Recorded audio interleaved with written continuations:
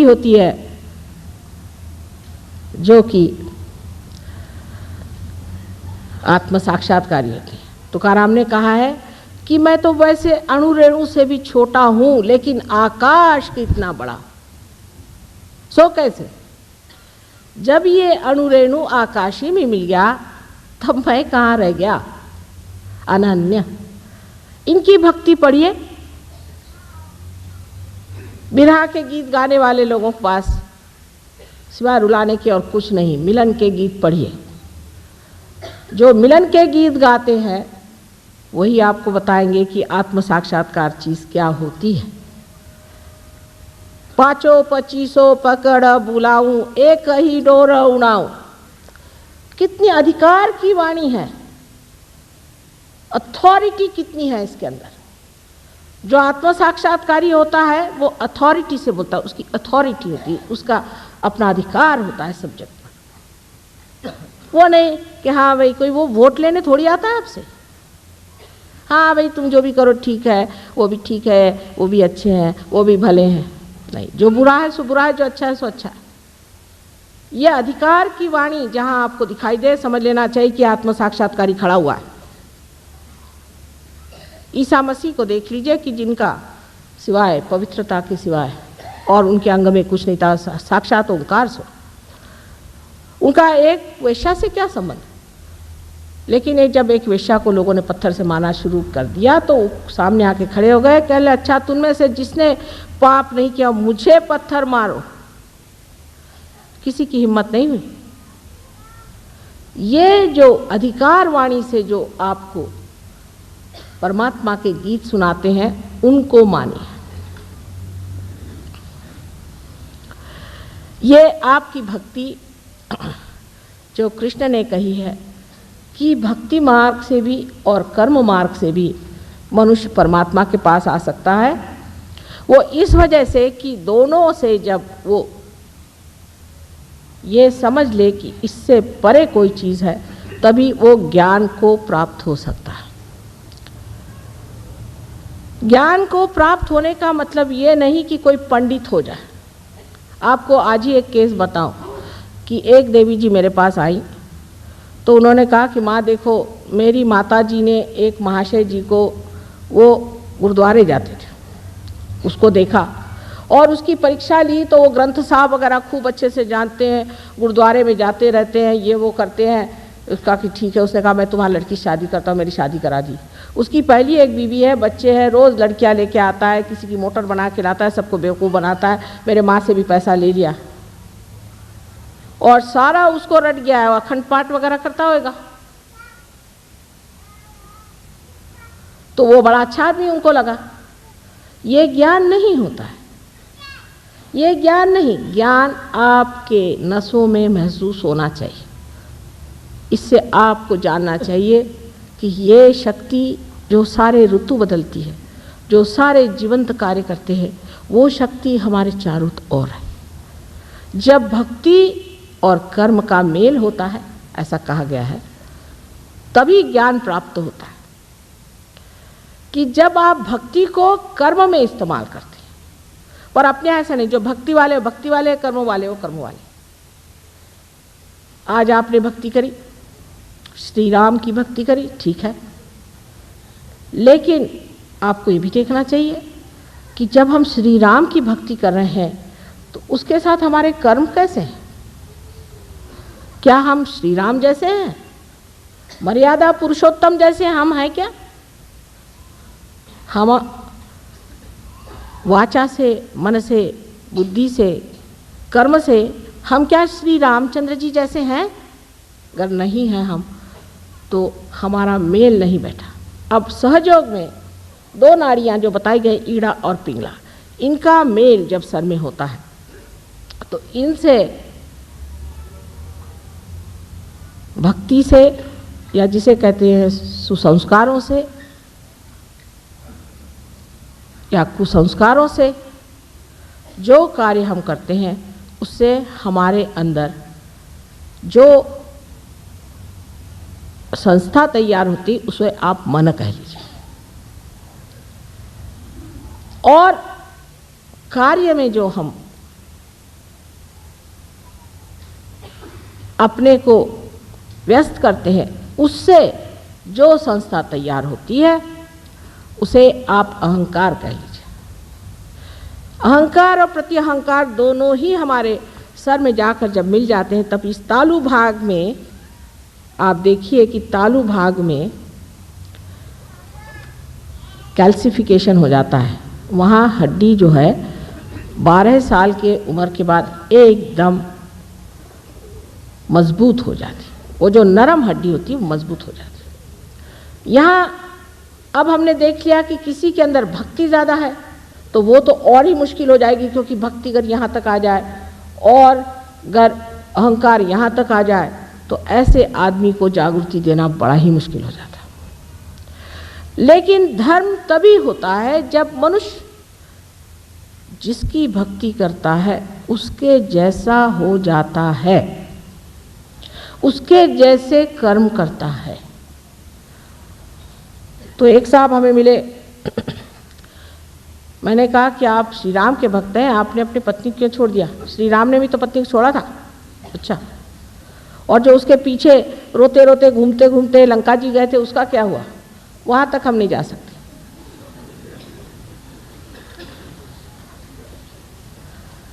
आपने 5 पत्नियां क्यों कर ली? श्री कृष्ण ने भी तो की थी, लेकिन वो तो योगेश्वर थे, उन पे तो कोई चीज छाती नहीं थी। तो हम तो उनको मानते हैं, तो हम तो इस मामले में उनको मानते हैं साहब, वो बात अच्छी करी उन्होंने, 5 बीवियां कर ली।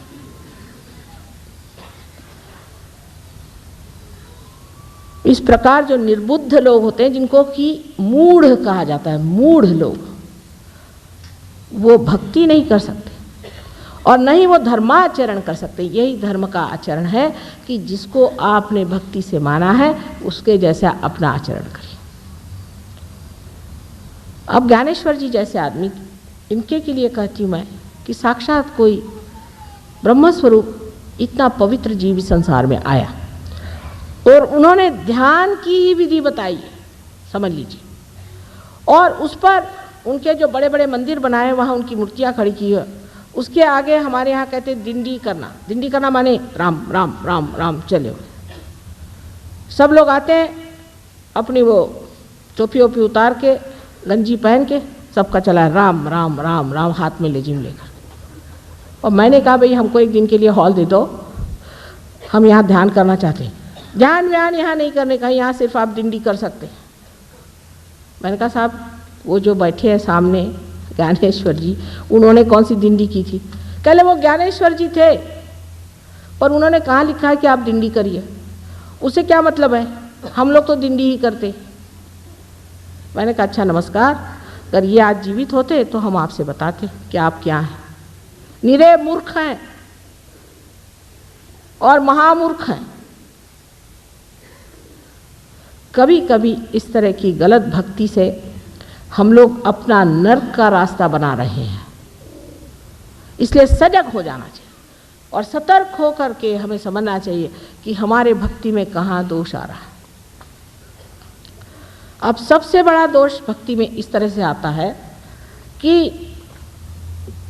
जब श्री राम आए तो उनसे कहने लगे हम तो भाई परशुराम को मानते हैं, परशुराम ही अच्छे थे क्योंकि मर गए ना।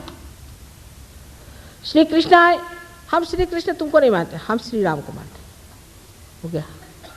जीसस आए, हम तुमको नहीं मानते, हम मोसेस को मानते, क्योंकि जो मर गए वो अच्छे अपने जेब में रहते हैं। एक प्लास्टिक का फोटो लगा लिया, काम खत्म। लेकिन वो प्लास्टिक का फोटो आपको कहाँ ले जाने वाला है, ये किस चीज़ का तमगा लगाया है आपने, ये समझ लीजिए। और फिर कहते हैं कि हमने माँ इतनी भक्ति करी और हमारा ऐसा हाल क्यों? तुम तो कहती हो कि हृदय में शिव का स्थान है, हम शिव भक्त हैं, और हमें हार्ट अटैक क्यों आ गया? उसकी वजह ये कि शिवो हम ऐसी वल्गना आपने क्यों करी? क्या आप शिव हो गए? क्या आपने आत्म साक्षात्कार पाया? मैं आत्मा हूँ ऐसे चिल्लाने से वो शिव भी आपसे नाराज हो गए। राम राम राम राम कहने से रामचंद्र जी कहते बाप रे बाप, इससे बचाए रखोगे तो हद हो गए।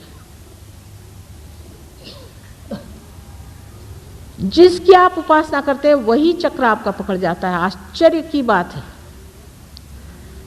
और उसी से हम पूछते हैं क्या आप शिव को मानते हैं? माता जी आपने कैसे पहचान लिया? अरे भाई जैसे भी पहचान, तुम्हारे चक्रों से पहचान रही हूँ, कोई इसमें विशेष ज्ञान की जरूरत नहीं है। जिसकी आप उपासना करते हैं और उसके अनुसार आप कर्म नहीं करते हैं और बेकार में उनका बैठ करके भजन करना सुबह से शाम तक, भजन करना चाहिए, मैं ये भी नहीं कहती भजन नहीं करो, पर अगर भजन करने से परमात्मा नहीं मिलने वाले, भज भज भज भज करने से नहीं मिलने वाले, मिलने वाले हैं आत्म साक्षात्कार से, जहाँ आत्मा का प्रकाश हमारे चित्त में आ जाता है। तब हम जानते हैं कि श्री राम जो है वो कहाँ बसे हुए। अब आप देख लीजिए, मैं आपसे बताती हूँ, जो दत्तात्रेय गुरु को मानते हैं उनके पेट में दर्द होता होगा, जो श्री राम को मानते हैं उनको ज़्यादातर लंग्स की बीमारी हो जाएगी, जो शिव जी को मानते हैं उनको अधिकतर हार्ट अटैक आ जाएगा। अब ऐसे कैसे हो सकता है? तो आपने कोई न कोई गलत काम कर लिया। सहज योग जो है एकदम विशुद्ध और साफ खुला हुआ है। सहज योग की भक्ति में हर चीज़ आप जानते हैं कि आप क्यों कर रहे हैं, क्यों कह रहे हैं, ये मंत्र आप आज क्यों कह रहे हैं, उसका आपसे क्या संबंध है, उसका जनसाधारण से संबंध क्यों है, क्या है।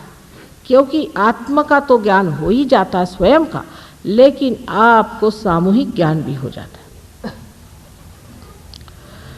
इस भक्ति के स्वरूप को बदलने का अब तरीका ऐसा आ गया है कि लोग कहते परमात्मा ही नहीं है। अल्जीरिया में कुछ लोगों ने, ये फंडामेंटलिस्ट लोगों को देखकर सोचा कि इस तरह के परमात्मा को मानने से तो अच्छा है कि छोड़ दिया जाए और कम्युनिज्म ले लिया जाए। पर उनमें से एक लड़का बड़ा विद्वान गलती से कहीं हमारे यहाँ चला आया सहयोग में, और उसने जाके बताया नहीं नहीं नहीं नहीं, भगवान है लेकिन इनके तरीके ठीक नहीं। जो लोग परमात्मा में विश्वास करते हैं वो फेनेटिक्स हो ही नहीं सकते, हो ही नहीं सकते। और जो आत्म साक्षात्कारी हैं वो कभी भी आपको अलग अलग होने की शिक्षा दे ही नहीं सकते। जैसे अभी हम औरंगाबाद गए थे, वहाँ बड़ा भारी झगड़ा खड़ा हो गया। हालांकि उसमें गलती थी इन लोगों की, लेकिन जो झगड़ा शुरू किया वो ऐसे कि बाजा बजाते हुए वो मस्जिद के सामने से जा रहे थे। मैंने कहा मस्जिद में ध्यान होता है, कुछ भी हो तुम उसका मान रख लो, जहाँ परमात्मा की बात होती है। क्या आपको पता है कि जब मोहम्मद साहब ने अल्लाह हो अकबर कहा था तो अकबर माने विराट माने श्री कृष्ण की बात की थी? क्या आपको पता है कि जब जीसस ने अपने बाप की बात की थी तो ये दो उंगलियां जो कि विष्णु और कृष्ण की है उनकी बात की थी? क्या आपको पता है कि मोहम्मद साहब साक्षात दत्तात्रेय का अवतरण है जो महामेधा करके संसार में आए थे? लेकिन अगर किसी मुसलमान को कहो तो वो तो छुरी लेके लग जाएगा और किसी सिख को कहो तो बंदूक लेके लग जाएगा। कि नानक साहब और मोहम्मद साहब एक ही चीज़ थी, ये तो बात कितने ही सिख लोग जानते हैं, पर क्या उसे मानने को तैयार हैं? वो दो कैसे हो सकते हैं? इतना ही नहीं, लेकिन मोसेस, जूस में और मुसलमानों में इतना झगड़ा पड़ा हुआ आप जानते हैं। ये भी वही चीज़ थे दत्तात्रेय। आज जिन्होंने हमारे गले में हाथ डाला है ये जू जाति के हैं डॉक्टर साहब, और ईसा मसीह को वैसा ही मानते हैं जैसे मोसेस को या इब्राहिम को मानते हैं या जैसे डेविड को मानते हैं, कहीं उनसे भी ज़्यादा, क्योंकि आज्ञा पे उनका स्थान है। क्योंकि आपने इन लोगों का घर देखा नहीं, इनके रिश्तेदारी आपने जानी नहीं, इसलिए आप फेनेटिक बन के ये इससे लड़ रहा उससे लड़ रहा, अरे ये तो सब पक्के रिश्तेदार हैं। इनकी रिश्तेदारी ऐसी है जैसे चांद और चांदनी की रिश्तेदारी होती है, या सूरज की रोशनी और सूरज की होती है। जैसे शब्द और अर्थ की रिश्तेदारी होती है, ऐसी नज़दीक इनकी रिश्तेदारी है। खबरदार, जो इनको अलग करके आपने बात की है उसके फल आपको भोगने पड़ेंगे।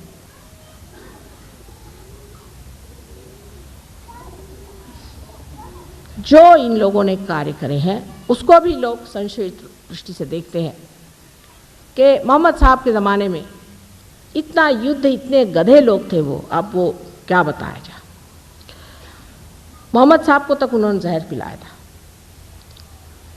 उस वक्त उन्होंने ये सोचा कि औरतें इतनी ज़्यादा हैं और आदमी इतने कम हैं, तो विवाह संस्था को विशेष रूप देने के लिए विवाहित ही औरत होनी चाहिए और उससे शादी कर लेनी चाहिए। अगर आज पुरुषों की संख्या अगर बहुत बढ़ जाए, तो अपने यहाँ दक्षिण में हुआ है ऐसे कि एक स्त्री का विवाह 4 आदमियों से कर देते थे कि विवाह की संस्था बनी रहे, क्योंकि विवाह एक सामूहिक सैंक्शन है।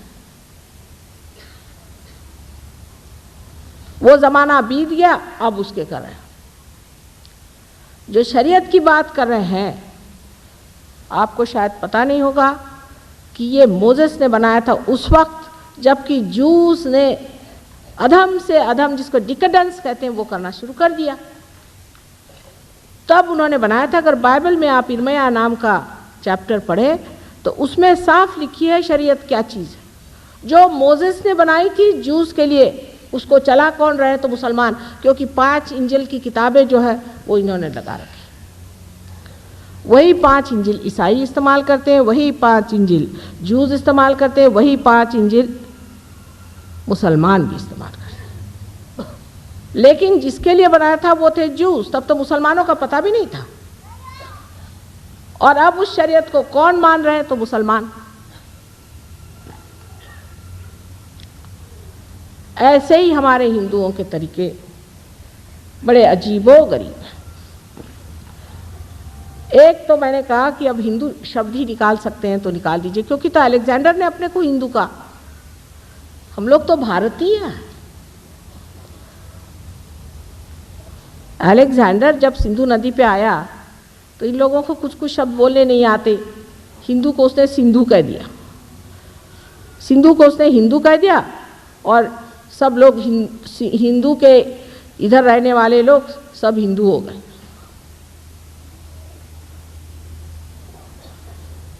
और इस तरह से हम लोग हिंदू हो गए। इसमें आस्तिक है, नास्तिक है, आर्य समाजी है, फलाने हैं, डिकाने हैं, सब हिंदू हैं। हम लोग भारतीय हैं प्रथम। ये हमारी अनादि संस्कृति चली आ रही है। अलेक्जेंडर तो अभी अभी आए थे थोड़े दिन पहले, ईसा से पूर्व। तो हमारे लिए भारतीय शब्द तो पुराना हो गया और ये हिंदू शब्द पक्का बन गया, और इसकी गला काट रहे, उसका गला काट।